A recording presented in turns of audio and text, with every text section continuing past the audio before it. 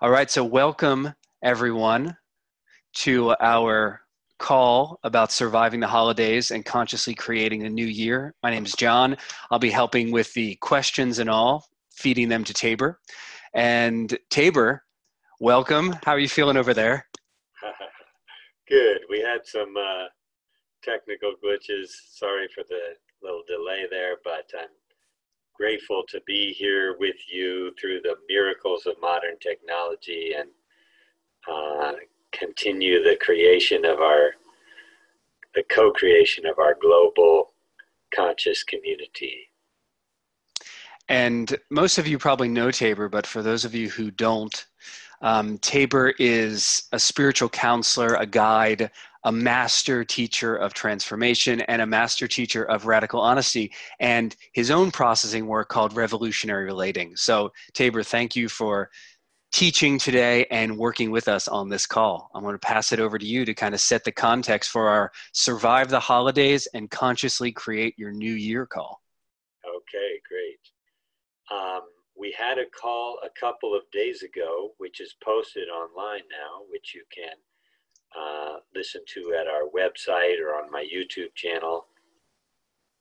And the first 15 minutes or so of that was some sharing about the spiritual opportunity that is the holidays. So if you're interested, I highly encourage you to watch at least the first part of that video. And I won't try to repeat everything that I said in that video, because if you happen to be on it, then it would be boring perhaps for you to hear the same thing twice. So let me just, recommend you and start afresh on a similar topic. And Tabor, let me jump in with that too. Almost everyone on the call here seems to be a new person. Oh, okay. Just so you know. Very good. All right. Well, just so my recordings aren't boring, I'll say things a different way this time, but I encourage you to go listen to that other video. Fall, the dying of the light, the nights getting longer and longer, the season getting colder, at least in the northern hemisphere, is this natural time of turning inward.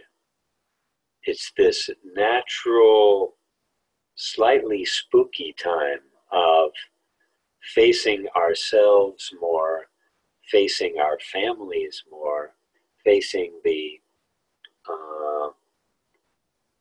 karma that we carry with us, the emotional unfinished business we carry with us. It's the time of year lends itself to that, so it's no coincidence that in spiritual traditions there's like retreats and ways of going inward, and the family traditions and all lend themselves toward that, because people hunker down inside with their family, have these rituals of togetherness. And it's always kind of a mixed bag, because on the one hand, it can be sweet to gather together and hunker down with your peeps, with your family, with your friends. And we have all of these rituals about how wonderful it is. You know, Christmas is supposed to be the most wonderful time of the year, and or whatever your religious holiday of choice is, there's supposed to be something special about it. And yet sometimes that aspiration, that mythology comes up against the challenges of really trying to be close to your family or your friends or your partner in this more confined and intimate way. So a lot of people have challenging experiences of the holidays. I know, you know, maybe yours is mostly sweet, but I humorously called the call Surviving the Holidays, because a lot of people experience loneliness or conflict with the family, And whether you're actually with your family or whether you like make a point of not being with your family, the ghost of family is still around during that time. Those of you that know me at all know that cleaning up your unfinished business with family or friends or relationships is a huge part of the work. So in that sense, this time of year is, though challenging, a huge opportunity. And if you can use the opportunity to start having some honest conversation, some transformational intimacy with the people in your life, then you can leave the fall and the winter less heavily laden with baggage than you went in. And then the new year, consciously creating the new year, has a different meaning to you, because the more that you can clean up that old baggage, the more you can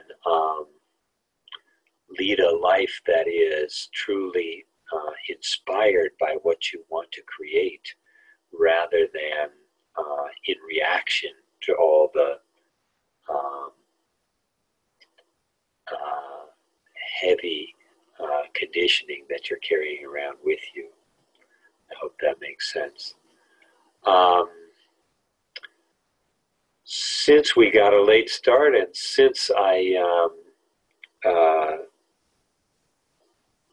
said a lot about a lot of this in the last video, I think I'm going to open it up to questions quickly here and see if there's anything burning for anyone. If not, I can say some more, but I'd like to give you a chance to talk. All right, y'all. So we'll open that up for questions. Feel free to type your question in, or if you'd like to talk face-to-face, which is always the ideal version, just raise your hand, and then I will bring your video in. So let's see here. All right, Tabor. So if you'll just continue a bit as people are getting themselves revved up for any kinds of questions. All right.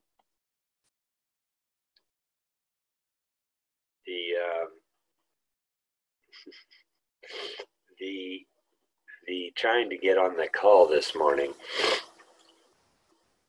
was an interesting spiritual practice in and of itself, because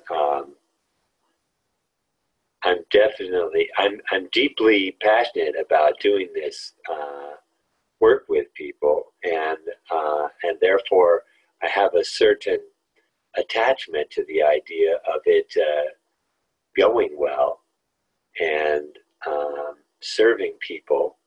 And then life, via modern technology, decided to take us on a different ride, and nothing was going according to my plans. And there's a whole emotional reaction that tends to rear its head at that moment. And it brings up the creative tension, which is really sort of at the core of all of this work that I try to share with people, which is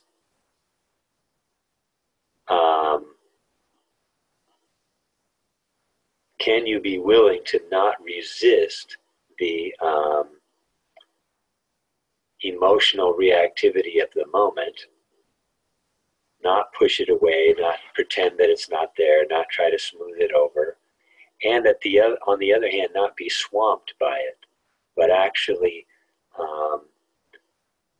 be able to bring a kind of awareness to your experience of your experience that allows your experience to be fully experienced, so that it can transform into something else and not be carried around and repressed. And so there's this ongoing creative tension between awareness or witnessing or observing what's going on, and therefore not being hooked, but at the same time not, oh, what just happened? Oh, nothing. Okay.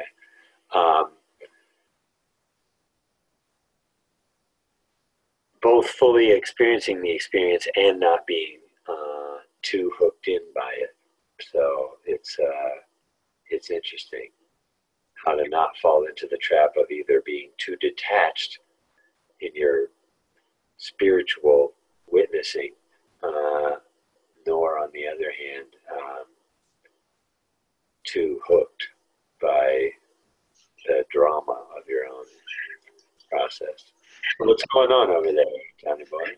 So Tabor, that leads us into this great question here by Katarzyna.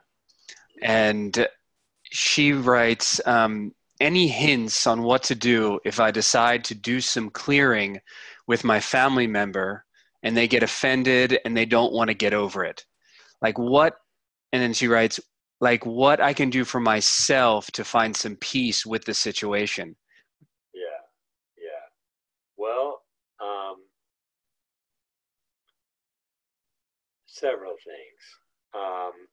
One is, before you even start the conversation, you can say, I want to have a conversation with you about some challenging feelings and about the past. And my intention in doing so is to move through those, let them go, and possibly create a deeper, closer relationship with you as a result. And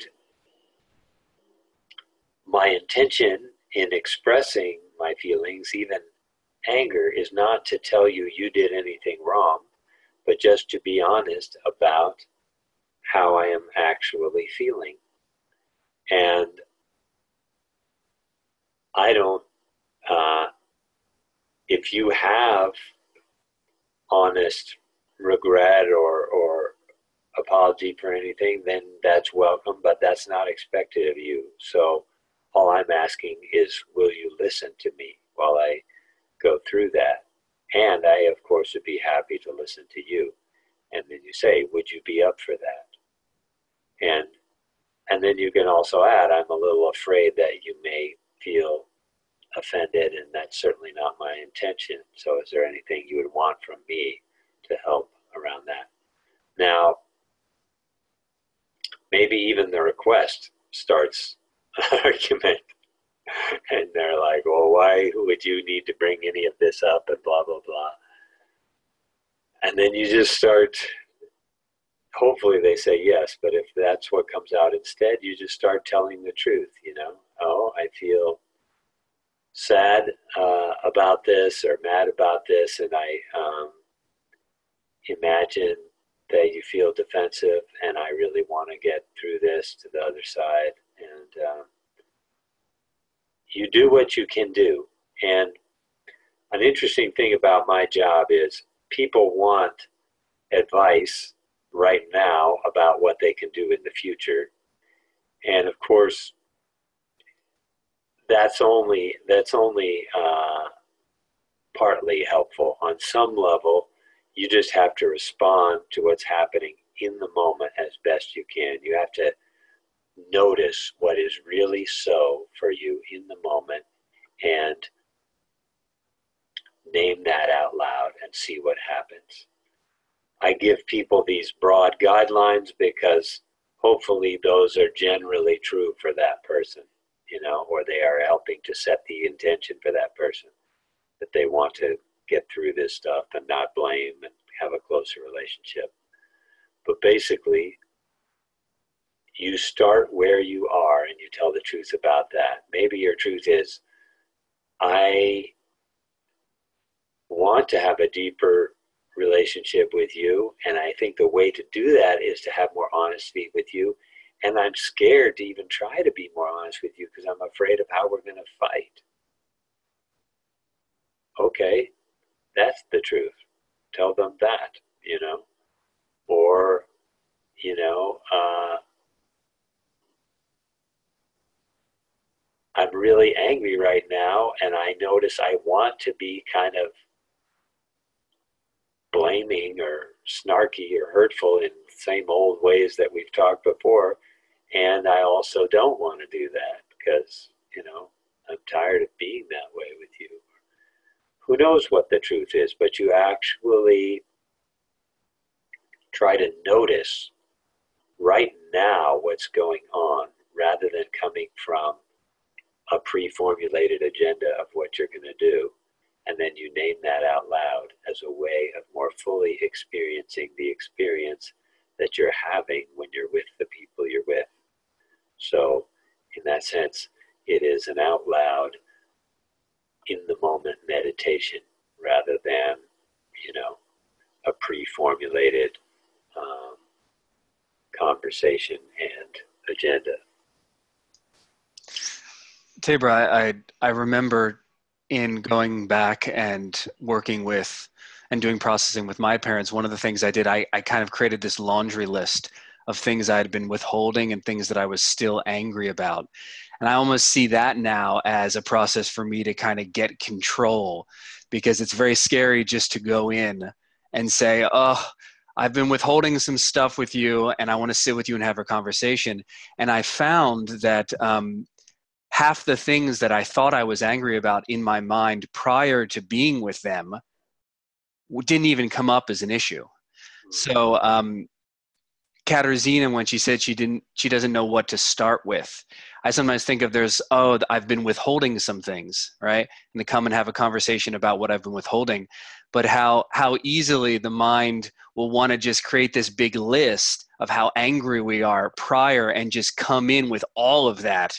And it might not actually be what you're talking about, which is actually being there with the person. Right. There's kind of a both and about that, in the sense that if you are somebody who routinely just bites your tongue and talks about the weather with them or falls into the same old grooves, then sometimes people are aware of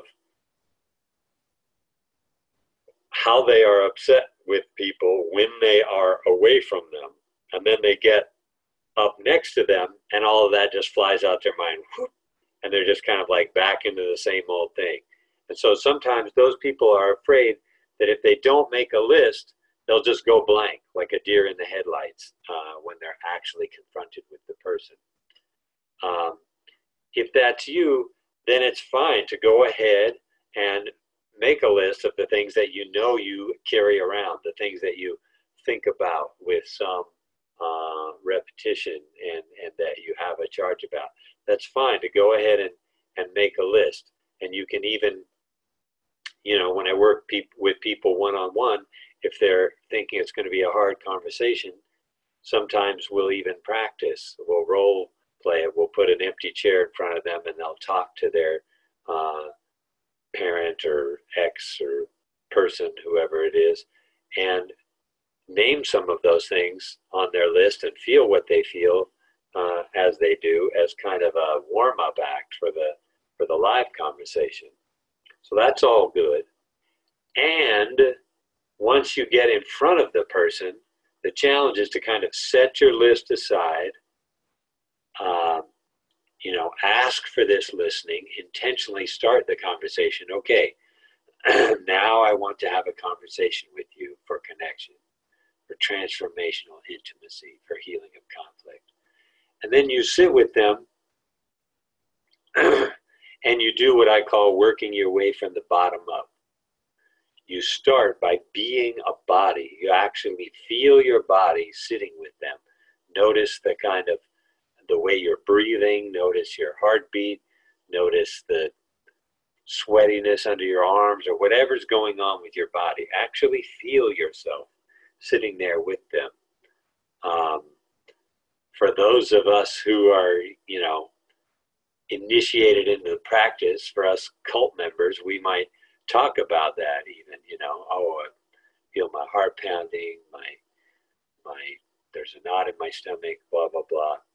If it's your, granny, then maybe you don't tell her too much about your physical functions, but you say, and I'm a little tense. And then moving your way up from there emotionally, if that's sort of like your gut feeling emotionally, how are you feeling with this person right now? Are you feeling angry? Are you feeling scared? Are you feeling embarrassed or ashamed to talk about this stuff to them? Whatever you are feeling in that moment is the thing to name. Even if you have the agenda, I'm really going to, share all my anger with them, and that's the agenda you're coming in with. At that moment, sitting in front of them, maybe you're really scared, or maybe you're ashamed to bring up this past anger stuff. Name that first. Okay, I'm a little afraid that you're going to get mad and defensive and stop me as soon as I get started. So would you be willing to try to listen and give me a little time, and then I'll ask you to talk? Whatever it is. The point is, you bring your list with you, then you set it to the side and you show up in the moment, and you try to speak from your experience in the moment. And then if you get stuck, if you start to go into deer in the headlights mode while you're having that conversation, you say, okay, I'm kind of blanking out now. I think I'm nervous, but I know there are things I wanted to talk to you about. So then you look at your list and see, as you look at your list, what on there is most alive for you in the moment. Not necessarily going in numerical order, but what jumps off the list at you in the moment. So you can use the list as a cheat sheet if you're somebody who goes blank or loses track of everything that you wanted to say for yourself. And at the same time, you try as much as possible to be in the moment at the time of the conversation. Awesome, Tabor. There's a little follow-up question about that.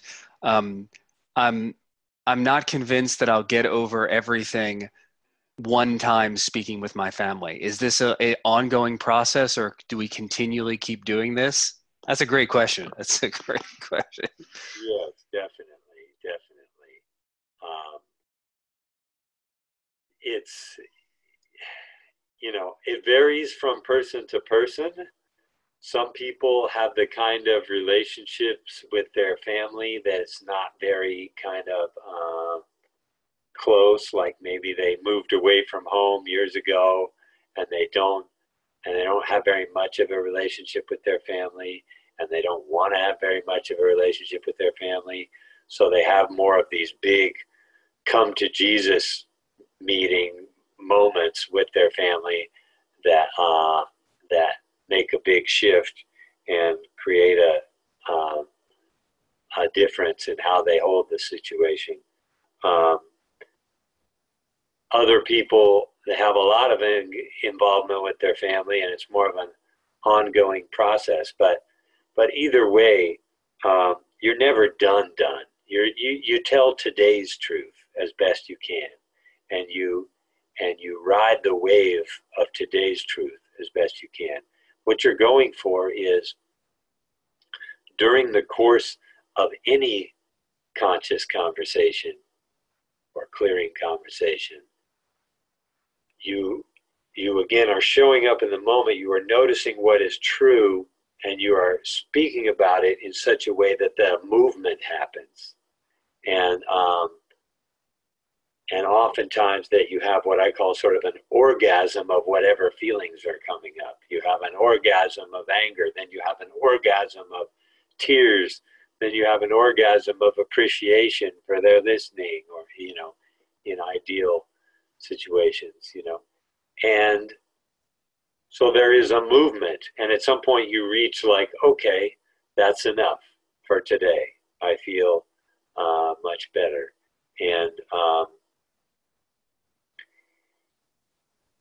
And yet, in all likelihood,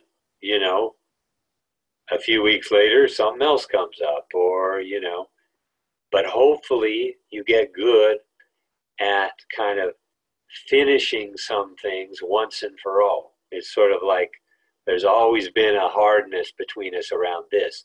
And if you go into this deeply enough, it actually may dissolve altogether and you really don't carry it the same way anymore. So when you think about that subject in the future, you don't, grind your teeth about it. But if it's a big subject, maybe that takes multiple runs at it. For myself, it took years to feel really complete with my family. And then there was, and I sort of thought, well, maybe that's just, the way it is. Maybe I'm not going to ever feel, very close and complete the way that I want to. And then there was actually a turning point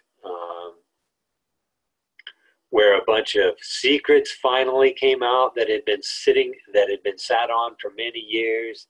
And there was a real sense of lightening and connecting for me. And a couple of bumps in the road have come up since, but it doesn't feel ever the same as it did before that. It's like I don't suffer about my family, and that's a huge relief. But it took a bunch of runs at it to get to that point for me. A bunch, a lot. Thanks, Tabor. We have another follow-up here from Blake, who says, I have a family that struggles with alcoholism. We try to suggest dry holidays to prevent blow-ups, but the suggestion feels like control. No one reacts well, and everyone points fingers, feels shame about the whole topic. Can I help them? What should I do about it? Wow. That's a great question. Yeah, people resist control like crazy, and as you say, if that control smacks of criticism or judgment, then it also triggers shame and the resentment that comes along with the shame. So the trick is to always start from the position of self-responsibility and self-care. So if it were me in that situation, maybe talking to the family like, wow, I'm sort of confused about what to do because I love you guys. I want to connect with you guys. And this whole, dynamic of drinking and the kinds of conversations that come out of that and stuff is painful to me. And I don't want to do that anymore. It's just like too hard. And on the other hand, I don't want to tell you how to live your life. So, I've become clear, like, here are the things that I know that I need for me. So, if people start yelling, I'm probably just going to go, and I don't mean to punish you. It's just like, that's not how I want to spend my holiday or whatever, or basically some combination of setting limits for yourself. This is what I will and won't do in order to take care of myself. And that has no blame in it. It's just what I need to do to take care of myself. And you have every right to live how you want to live.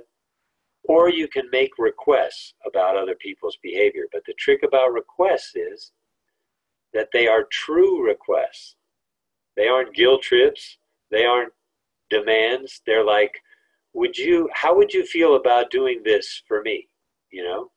How would it feel for you to have a dry Christmas? Would that be disappointing?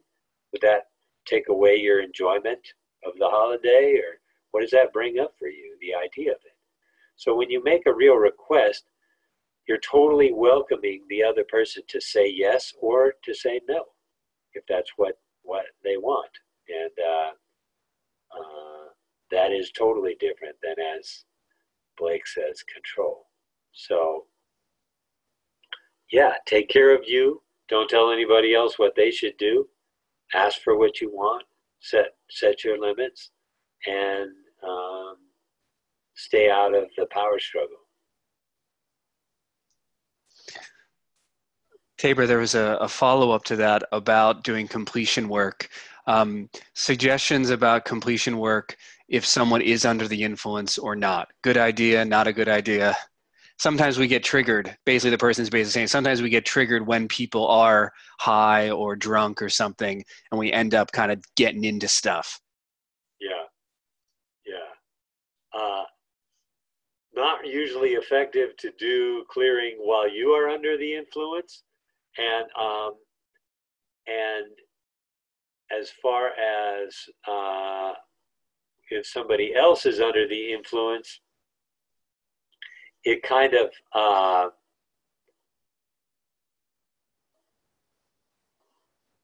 it sort of makes even more true something that is always true, which is when you are going for a completion conversation, first and foremost, you want to remember that you are responsible for your own experience, and that you're not trying to get something out of the other person. You're not trying to control their behavior, as we were talking about with Blake. You're not trying to force them to apologize, blah, blah, blah. That said, again, I hesitate to try to make a kind of generalization about that. It will depend on you in the moment and the person in the moment and all of that. But something to keep in mind is the creative tension between telling your truth of the moment and accepting the limitations of the moment. So, I might say, I notice I'm feeling angry about smelling alcohol on your breath and the way that you're talking right now. You're kind of slurring your words a little bit. I'm angry at you about that. I don't want to blame you for that, but it's a big trigger for me. So, I think I'm going to excuse myself from this conversation. I would probably do some degree of truth telling about it, but I would even more than usual lower my expectations about how the other person is going to respond. And if they're responding in ways that I don't like, then I'm going to tell the truth and also, bow out in terms of whatever's the best way of loving myself and them in that moment. All right. Thanks, Tabor. So we're going to have a live question here. This is with Johan, and we'll see where Johan's from. Johan, I'm about to turn your camera on.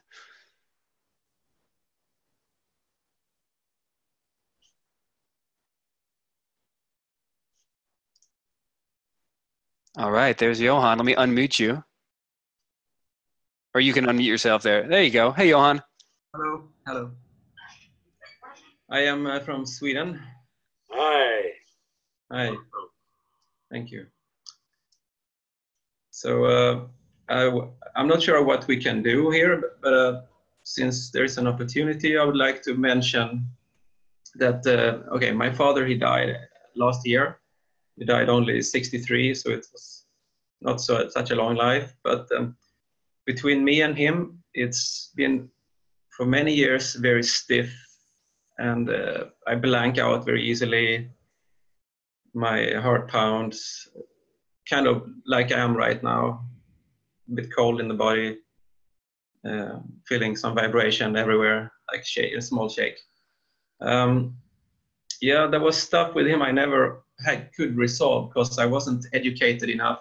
Like when I hear you describe the methods and the ways of thinking and how to deal with taking care of yourself and not trying to control him. I tried to control him a lot. Everybody tried. He was an alcoholic and gambling, and he had emotional problems. And it was really sad for him. And I didn't want him to suffer like that, but he couldn't manage to pull out of that cycle. So yeah, for me, yeah. Couple of things. One is for you and anybody else, I'm always available to work one-on-one outside of the space of these calls, at which time we would have more room to do it justice, because what you're talking about, getting complete with your dad, that will take some time. Now you have to feel your way through it. You can't just sort of like get some insights and like, okay, now it's all cool, you know. You have to actually feel your way through it. It's a process that you go through with your whole body. So to do that justice, you know, we would need more time. I'd love to have you come to a workshop or or work with me in a counseling context outside of one of these calls. So that's the first thing. You're invited to do any of that with me, and I would be happy to help.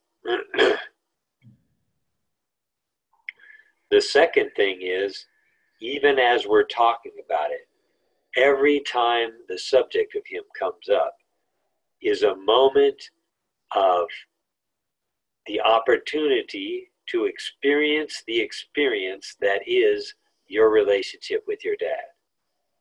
So right now, you can notice and say to me, how do you feel about your relationship with your dad, even if he's gone now? How do you feel about him and the memory of him? Distant.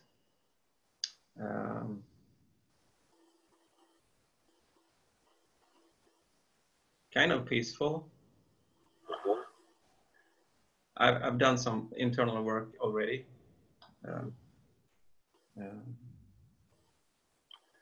Seems like there's some detachment or kind of. Yeah. I miss the emotions to be able to be emotionally connected with him. Yes. So I think you said something already about maybe having that tendency to get blank or deer in the headlights around him. Or either me or him becoming aggressive or defensive or hurt. Right. So when that's your history, it's kind of like a history of trauma, and the way that people often react to this history of trauma is that you unconsciously cultivate your ability to, as we call it in the biz, dissociate, to kind of check out. So even when you're talking to me about your dad, you're saying in this kind of detached fashion, oh, well, you know, my dad is dead and it was a hard relationship, and blah, blah. So you're talking about it, but you're not experiencing much of what you're talking about. You get what I'm saying? You're not, in that instance, you're not telling me I feel sad about losing my dad, or my dad died and I'm still angry at him, or... Actually, I had emotions when he died and some time after, and I did some try to send love to him. I mean, whatever he's going through as dying and whatever that means with the soul, I didn't know. So I was crying a lot, and I was trying to send all I could through me. So I did that work, and I had some dreams. Maybe half a year later, and I saw him as a child and as a grown up, different version. He was scared sometimes, and last dream he was peaceful. So maybe something changed in me, or. But something is still going on, it would appear, about your dad, or you wouldn't have brought him up. yes, I wish the relationship was more loving and more open, and like a real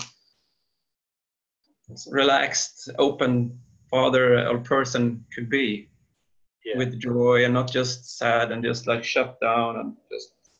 So when you right now are sitting there and wishing that you had had that kind of relationship with your dad, how do you feel now? A little bit sad. Yeah, that's understandable. So try feeling everything you feel in your body. Maybe there's a kind of a heaviness or Vibration all over right now. okay, great. Feel that vibration. And as you feel yourself say, I feel sad about the kind of relationship that I had with my dad, and I feel sad about the fact that he's dead now, so that's not going to change. I feel sad about the relationship I had with my dad, and I feel sad that he's dead right now, and it's not going to change. Well, your experience will change, but My experience can I change. mean, you won't have a chance to cultivate a different relationship with your flesh and blood dad. No. I tried, but I didn't succeed. Yeah. Actually, I'm glad he's dead in a way as well, because it was a lot of mental suffering for me and for him and for everybody around who worried. And he actually longed to die. He expressed it. And that was not easy to hear. Uh-huh. Like you were sad about that or mad about that he said, I want to die? Yeah, like he didn't want connection with me anymore because he rather would be dead and leave this life. Uh-huh. So if we were going to do more work with this, I would have you put him in an empty chair. And you can try this on your own. Mm-hmm. Put an empty chair in front of you, or put a pillow in that chair, which is your dad, and you can say to him stuff like, I'm mad that you said you wanted to die. I feel hurt that you said you wanted to die. That takes you away from me. I feel sad and mad that I didn't have a different kind of relationship with you, that you weren't more, loving and huggy. And, I look at other guys' relationships with their dad and I feel envious and sad that I didn't have that with you. Mm.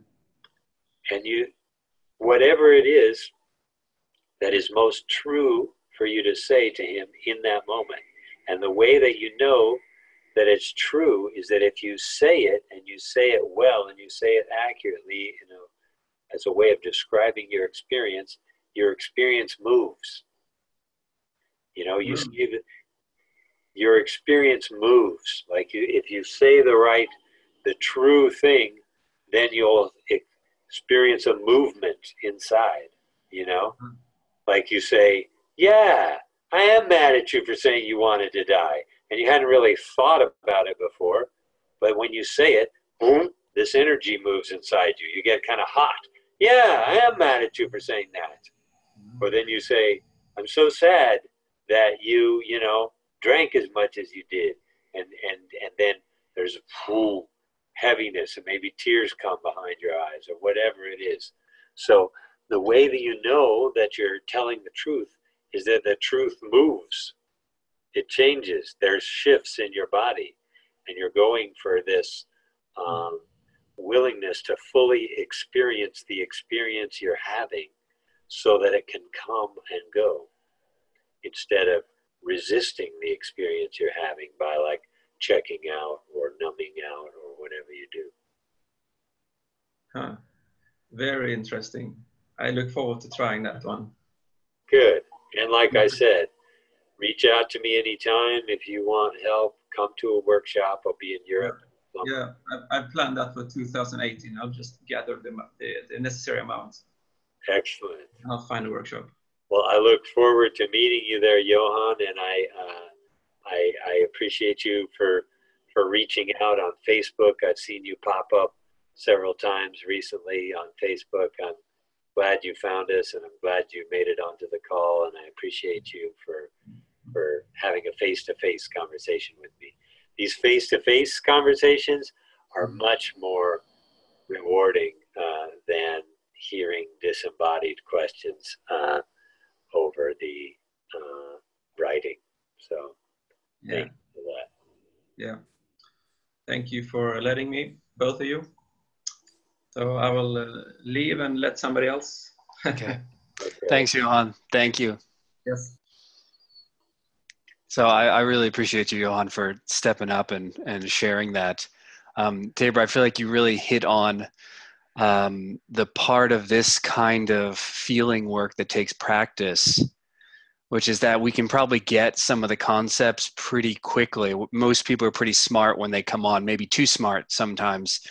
And that really the face-to-face work and also working in a group, in a community, being part of an honest and intimate community is where all that change, at least for me, all the workshops and things that I've done and having friends now who do this kind of stuff is where I've really found the most powerful stuff. Totally.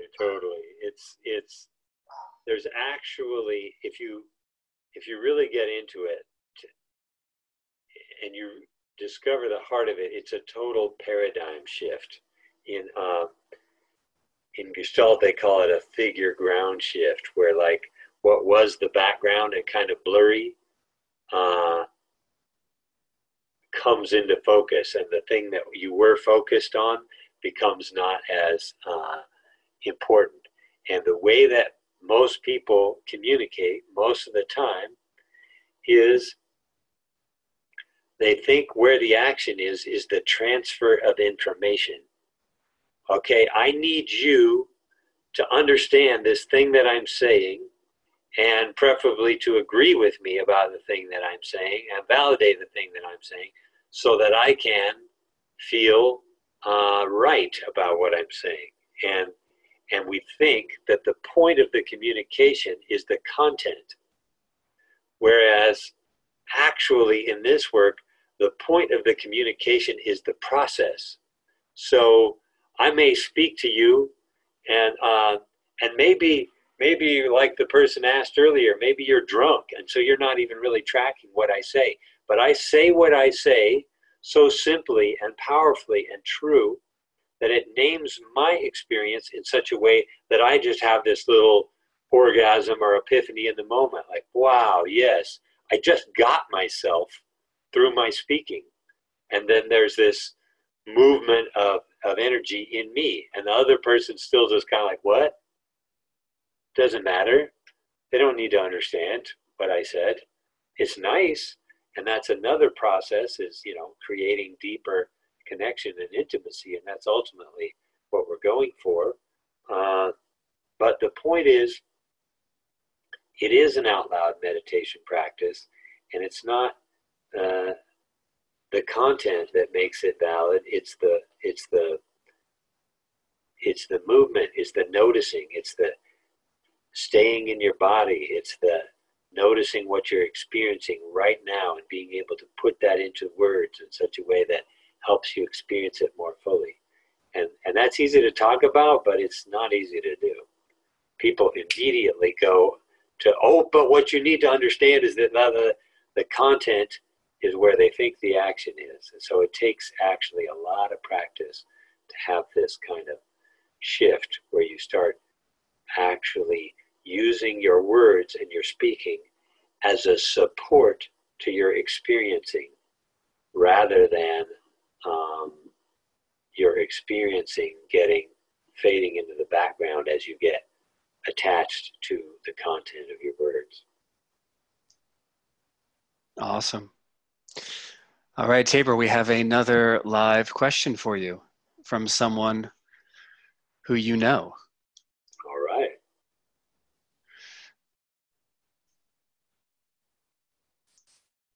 Scott, you are live around the world. I don't see him yet. You don't see him there? I see him up there on top. Maybe maybe I'm in the wrong Click the gallery view. gallery view. Okay, now I see it. Can you hear me? There, now I see it. Hello. How'd he do? I'm all right, thank you. You back in LA or? I am. I'm actually down in Huntington Beach at the moment, but yeah. Okay. I'm in Huntington Beach at my parents' house. Aha! And so the saga begins. So I have a question about all this and the whole process in general, and it comes.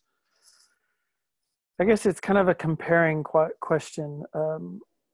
It comes from. I guess I have some background in. I'm trying to reconcile wanting to process things, wanting to share and connect and deal with others. And in my head, there's this back and forth between things I've learned from you and from Brad and radical honesty and intimacy, which I'll categorize as be authentic, be honest, say the thing you're afraid to say, feel it in your body, all that. And another side of it, which I'll just call kind of like the law of attraction, the idea, the Abraham Hicks idea of focusing on how you feel, and but specifically going for positivity, which sometimes I feel in radical honesty is sort of just like, covering up or repressing. I'm always trying to, I have this idea that I want to reconcile these two. Yeah. Like, how can I, and so let me put this simply, how can I feel like I'm being authentic and honest and allowing for whatever comes up to come up and honoring that, and at the same time maintaining the idea that if I want to feel good, I need to focus on feeling good rather than keep focusing, this is where I'm getting to it, rather than keep focusing on what hurts, because that's too often what I feel like I'm doing. I'm just constantly focusing on the hurt and feeling like maybe I just keep digging the hole and not getting anywhere. Totally, I hear you. Yeah, that's a great question. And it is a kind of a creative tension, I think, between the two. On the one hand, I'm not a proponent really of the, power of positive thinking where you try to fake it till you make it, out of faith that will, override the old program or something like that. I subscribe to a more Buddhist view or something, which is, I am learning to love what is here right now, right. Ready, rather than needing it to be any different than it is. But the irony is, you're learning to love what's here right now. Yeah. Which means even the painful stuff, you're bringing your heart to it. You're daring to be vulnerable and open with yourself and with another person. When you pay attention to what's arising right now, it could be that first impulse is kind of strong and hooks you, and then you just kind of go into, lather, rinse, repeat. This is the same old conversation we've had 100 times before, and it's a painful one, but I know how to do it. And when are you finally going to, understand me? And that's getting like hooked into the dream. That's not loving what's arising. That's being asleep in whatever is arising. So it's my Zen teacher used to say in sitting meditation, he wasn't applying it to relationships, but I do. be with whatever is arising right now, and don't feed it and don't fight it. So if shit starts to come up, painful shit that you've talked about many times before, feeding it could look like, believing in it, feeding it stories. This just goes to show how you always blah, blah, blah, blah, blah. That positivity could be a form of fighting it. Like, oh, I don't want to have that conversation again. Yeah, I've had this too many times. Forget it. That'll just ruin the day and stuff like that. That could be a form of fighting it. When you are really experiencing it and showing up for it and loving what's arising in the moment, well, you don't know what's going to happen next. You can sit in that quandary with them. You can be like, wow, I notice I have pain. I have anger towards you. I'm also disappointed about how I've tried to talk about that with you in the past, and it's still here. And I really want to create a loving relationship with you, but I don't really know how, and it feels like that stuff is in the way. And when you start really paying attention in the moment, you notice there's a lot of things going on at once. Right. And you kind of, you experiment with which pieces you name at the moment, Yeah, there's I'm angry at you, and there's I'm ashamed or embarrassed about caring so much, and there's I'm afraid of hurting your feelings, and there's all these different pieces that are happening at the same time, and you're experimenting with naming. It's like an art form where you're sort of like naming what seems most alive in this moment, and what counterbalances that, and you're trying on different things and seeing where the energy wants to go. It's not just the kind of the very rough cut version, might be just like, okay, I've got these resentments that I've been carrying around forever, and I'm going to try to clean them up, and boom. But when you stick with the work, it becomes much more subtle than that. It's about really noticing what is most alive and what most wants to be spoken. And when you're doing it well, it's an edgy, vulnerable practice. You keep kind of like leaning into the unknown, leaning into the unfamiliar, trying something new. So I can give people guidance about it, but the truth is you only learn it by doing it. And that's why I'm so passionate about counseling people in real time or creating conscious communities and facilitating workshops. It's because we need to really practice this stuff together, and you learn it with your whole body.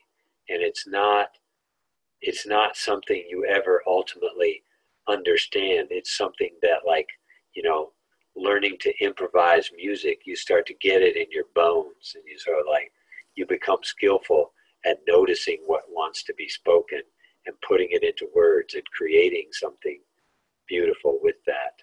But it's a great question that can't really be answered. I'm giving a stab at it, but the truth is, you don't know. Sometimes you err on the side of blurting something out that you've been sitting on. Sometimes you err on the side of like slowing down to the point where you're biting your tongue, and that's not good. I sometimes talk about that. I think of transformational intimacy as having two wings. You're flapping two wings, and one wing is the wing of total honesty and openness and self-expression and spontaneity, and the other wing is the wing of connection and sensitivity and receptive to the person who is in front of me. And if I flap too hard on the wing of just like raw self-expression, irregardless, and out of contact with the person in front of me, I go in circles. If I like worry too much about trying to take care of the other person and being sensitive to their feelings, and there's no kind of edgy openness and truth telling for me, then I go around in circles in the other direction. So you keep finding this sweet spot of how do I, reveal more of myself, and how do I connect more deeply to you. Hey, Scott, with you there, I want to jump in because some other people actually had a question similar to this, Tabor. So I want to push you a little on this question, because it seems like there are two models being offered. The one model, which is like, as you said, there are multiple parts happening. So one is kind of attending to the ones that seem to be more positive, because the payoff is that if we do that, life will be better. And then you're offering, I think, what seems like a different model, which is attending to as much experience as you can. And is the payoff that life is better? Or, there's something going on there in those two. And there seems to be this question comes up a lot of like something about the self-improvement model, which is one, and then a different kind of model, which is kind of almost anti-self-improvement. But I think you're both saying that less suffering can happen. And you're actually promoting like a model that's actually radically different than that. Yeah, good point. I think I understand what you're saying, and that is what you're calling the self-improvement model is more like, how do I have more positive emotions more of the time? How do I, which is basically an attempt to have more control over my experience, which is a totally understandable desire. Everyone wants to be happy, and nobody wants to hurt and stuff. So this one approach is more like, how do I make sure that I am happy more of the time and experiencing more positive feelings and less pain? And it has its strategy for doing that. Well, by focusing on it, I grow it and stuff like that.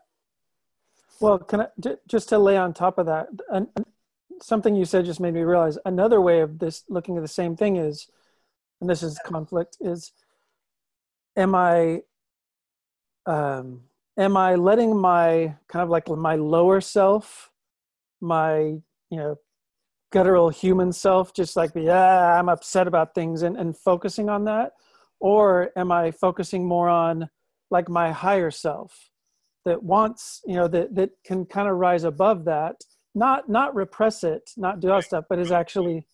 But notice the dualistic way that you're asking that question, which is, let me finish what I was saying, that the first approach says something like that. And then the second approach says, maybe the key to being more happy in a big sense is dropping my attachment to feeling any particular way. Right. Maybe the way to be more happy is to not try so hard to be happy. Maybe it's kind of a both and. Maybe if you want to use those terms of higher and lower self, maybe it's like my higher self, or my capacity for compassionate awareness, is welcoming my lower self, or all those painful bits, to the table. And it's holding them. So it's not one or the other. It's not that dualistic thing of, will I be in my higher self or will I be in my lower self? It's about the relationship between the two. You could call it like parts of myself starting to relate to each other in a different way than they have before. And maybe that's seems like an artificial bifurcation, but at least for a while on the path, it seems useful to consciously cultivate the experience of loving myself, or loving myself, so that there's this compassionate awareness which is present right here, right now, that can notice what's arising and give it some love without being hooked by it. So that's the trick. Being your lower self is, getting sucked back into the dream and being operating on sort of automatic pilot. But when I try to, no, I will override that, it's kind of this, what I call the mind over matter approach. No, I won't succumb to my negativity. I'm going to hold a positive intention, blah, blah, blah. Then that's kind of like an override maneuver, rather than, like I say, welcoming it, being with it without being hooked by it, giving it the kind of love and attention that can actually transform it. So those parts of us that you're calling lower self that keep coming around because they want something. They want some kind of love, they want some kind of attention, they want some kind of resolution. And it's my experience that if you can really hear them out and give them this kind of love and attention, they can be transformed and they can stop showing up in the same way. But it's more, as I say, like a loving relationship with all the various parts of yourself that want to show up, rather than having to pick or choose which one you align with. Yeah, I like the love what arises thing. That seems like the good bridge between just like whatever comes up, being willing to, as you said, just be with that and ask it like what. Yeah, it's sort of the trickier option, because we want to either just feel our pain and be right in our pain and have a good reason for our pain, or be positive. And it's actually more of a challenge to be both, to be, I am now love and awareness, and I am pain, I am suffering.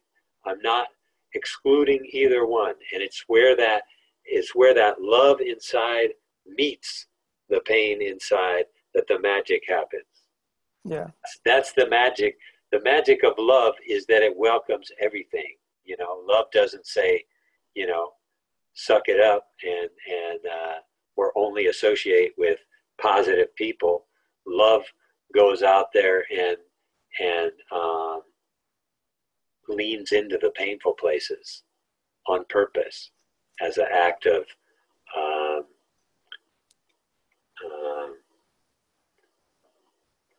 I was going to say sacrifice. It's not sacrifice, but it's like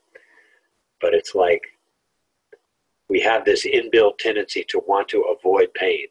And so we either do that by shoving it aside, or ironically by getting into it and feeling justified in it. Whereas if I'm consciously aware of it and I have some space around it, I'm giving it my attention, that's kind of the least comfortable place to hang out. But love does it anyway. It says, okay, I'm going to sit with this pain of being consciously with whatever's coming up. Thank you. Thank you. Good question. Yeah. Thanks, Scott. Yeah. Thank you guys very much. Tabor, since we got on a little late, we're just over an hour right now. We have someone else who wants to ask a live question. Are you up for it? Bring them on. Bring them on. All right. So Vivi, you are about to be brought in. There you are. Hi. All right, Vivi, you're live. Hi, yeah. Hi, Tabor. Hey there. Yeah, I just kind of discovered radical honesty this past weekend and have really dove in, and still haven't read the book yet, but Where are you? A mindfulness practitioner, and I do focusing too. So a lot of the stuff that you share kind of resonates with me because of that practice I already have. My question kind of continues on what Scott was sharing earlier. I think it's really rare for me to meet people where I have this sense of connection where they can stir deep emotions in me. And I find that that's so rare and it's so rich for me too. And I am very inclusive of my emotions and allowing it to come up. But what I noticed is that thinking back at it, like, was it just like a pattern, you know, that I could catastrophize something instead of, you know, maybe stepping back a little and be a little bit more objective? Because I know I could get into those emotions. And I think it's beautiful to feel such strong emotions also. But then maybe a day later, I'm like, well, maybe that was just like a pattern of catastrophizing my disappointment or the hurt or something, and wanting certainty around what's next. And even certainty could be like, this is over, you know? And that brings up a lot of strong emotions, but that drive for certainty can go in that direction. So there's a lot of questions in that, but I think I get the gist of it. And sort of following on the last conversation, there is this challenging sweet spot or creative tension where you're neither, like you described both. Oh, with a lot of people, I don't feel that much. I kind of like, there's kind of a bit of a detachment, or you don't, you know, open your heart to them that much. And then with some people, you do, and you get attached, and there's some drama or something like this. Mm-hmm. I wouldn't know anything personally about that dynamic. It's never happened to me, but I hear about it all the time. No, it has happened to me, and I have been the king of relationship drama at times in the past, fortunately.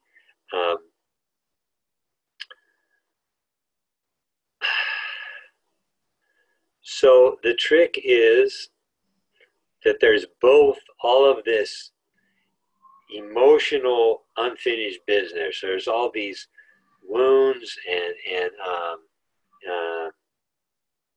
in Buddhism, since you have some of that, they call them samskaras. There's all these like knots, karmic coagulations inside of you that have built up over time, and that are like, I call them sometimes like all the rocks in your backpack that you're carrying around. And most of the time, we are often committed to just trying to keep those at bay, you know, just like, no, I don't want to experience all that. It's too messy, it's too uncomfortable, it's too painful. But then sometimes, you know, we get attached to someone, or we get into a situation where some of that stuff comes flying up. It's like, I want attention, I want to be understood, I want to be heard, and we get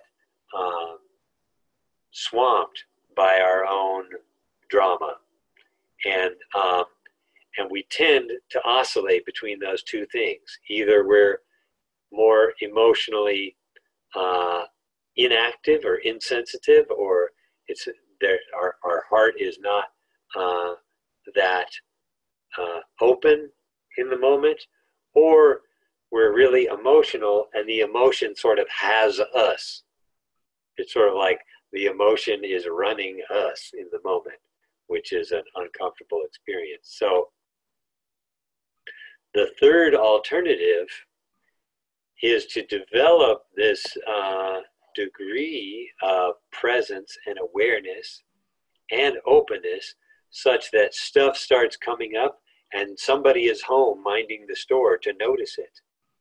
Somebody is here saying, oh, I notice now that I am anxious about wanting certainty. I want to figure out what's really going on here. And I don't like sitting in the unknown of this. And I'd actually, a part of me would rather fire you or quit myself than sit in this kind of awkward not knowing what's happening now, you know. And so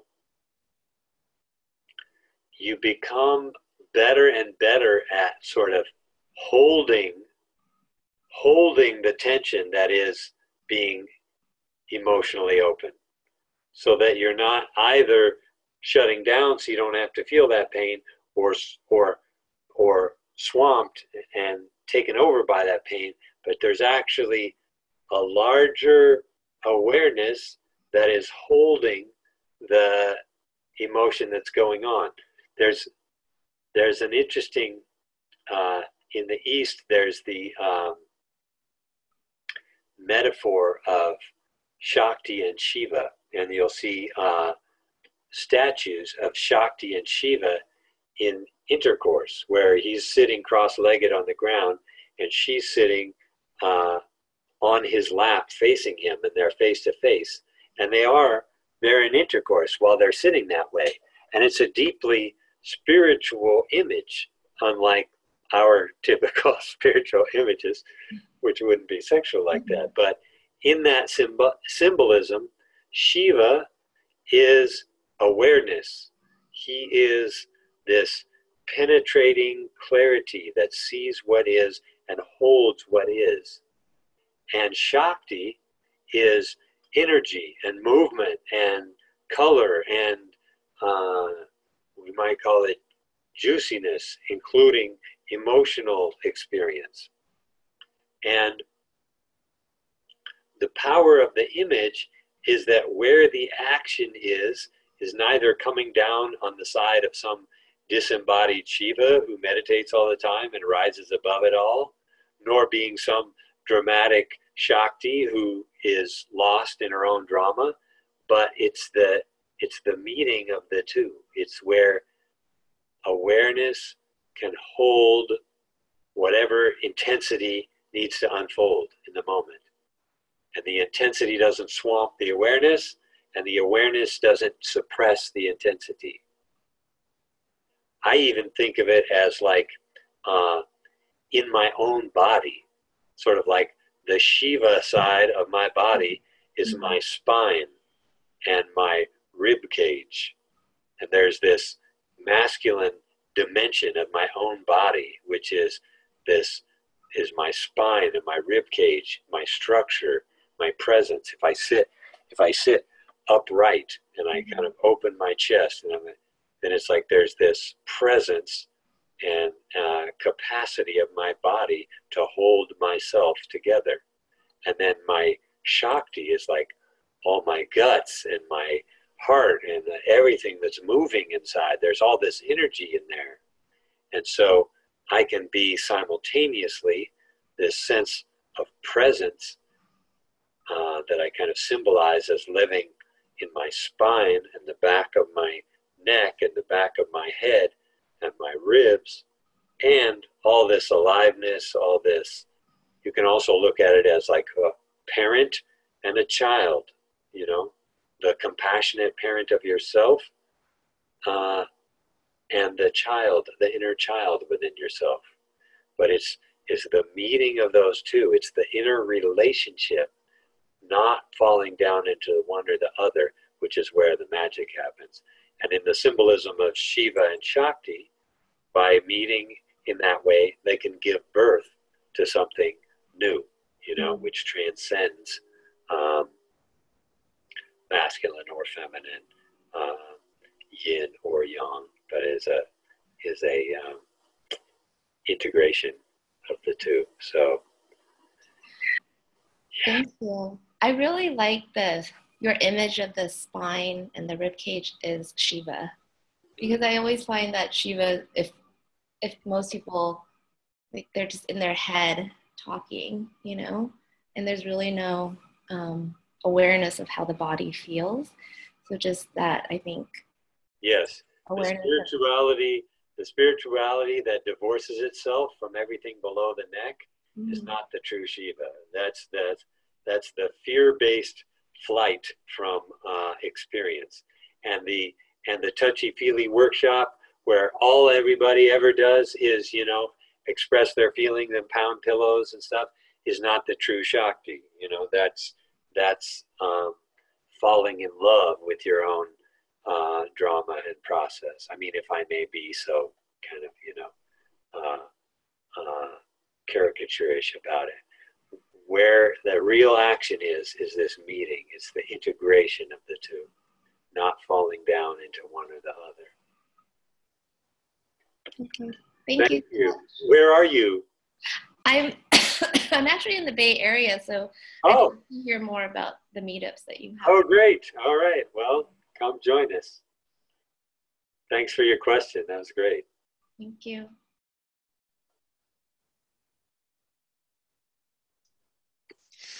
All right, Tabor, we're coming to hour 20, and it looks like that is it for questions right now. All right. So if you want to take us home. Let's wrap this baby up. Thank you all for being on the call. Thank you for those great questions. I think in the future, I'm actually going to have people apply in advance to be live callers and talk with me on the air, because as I say, it feels much more rich to me to, and I think it's more rich for you to have these live interactions. So if you would like on our next call to be one of those people with whom I have a live conversation, you can apply to do that, and I would love to talk to you in real time. So if I don't talk to you again before then, may your holidays be holy days. May you use them for this larger work of transformation. May we not lose sight of their original impulse. May it not become about, you know, consumerism and gifts and tolerating family gatherings, but instead be about turning inwards, going deeper, cultivating love, going into the darkness so that a new kind of light might be born. As always, you're more than welcome to reach out to me individually for counseling sessions or couples work or conversations with your family members. I facilitate all of that stuff in person or over video. And John and I will be doing an 8-day retreat in hills outside LA there, and love to have you there. We'll be in this big, beautiful house with a swimming pool and a hot tub, and it's an amazing way to really go deep with this kind of work. Tabor, can I jump in just on one thing about that? Please. So this is, I want to sell this to you all a little bit, because a lot of the questions came up around how the kind of thinking mind comes in and starts to orient us in experience rather than just experiencing our experience. And the one thing that I've always just found about being in a live workshop with 15 or 20 other people is that this kind of space that Tabor will cultivate is really a space that helps us at least become aware of the typical taboos. And these are in all the therapeutic spaces I've been in and pretty much all the spiritual spaces that I've been in. So the taboos on anger, the taboos on deep feeling and expression, the taboos on joy, all of these things. And we work with those and really cultivate a space where you can experiment with being more honest and intimate than you normally are. It's pretty incredible. And all these questions today have been so great that I hope some of you will come and join us, because I think you'll all be a really good fit for this. Yeah, as I was saying before, I can talk about it on these calls. I talk about it to try to get your mind on board, but in fact, to actually integrate and embody the practice means to come together and practice together in real time and live it. So really everything that I do in terms of these calls and writing and stuff is to support the creation of short or longer term conscious communities. And that's what we will do during this 8 days. We will create a conscious community for transformation, and amazing stuff usually comes out of it. So love to have you for that. And we're also going to do an online course in early 2018 on living a life of passion and purpose, and how if you do some of this emotional cleanup work, you can then start using all the energy that was being wasted or co-opted by this coping for the cause of inspiration and creativity and creating what you want with your life. So that will be exciting. And maybe have another weekend workshop here in the Bay Area in the spring. And come summer, I go do a lot of retreats and workshops in Europe. For my European friends, there will be an 8-day at the beginning of June, and in Italy, and then a trainer's training in Italy as well right after that, and then other workshops around Europe. So come to the website. It's taberg.org. That's TABERJI.org, and sign up for our mailing list and see recordings of past videos and other offerings, and get in contact if you want to. I'm really loving these conversations. I'm loving being in communication with all you people, and we're just going to keep building that conversation and that community, and create a movement and take over the world with our radical love cult. All right, Tabor. Thank you so much. Thank you, John. Thank you, Manal, behind the scenes. Thank you, my able team. I couldn't do any of this without them. And if any of you who are on the call want to get involved in our team of co-creators, also reach out to me for that. We're up to good stuff. Happy holy days.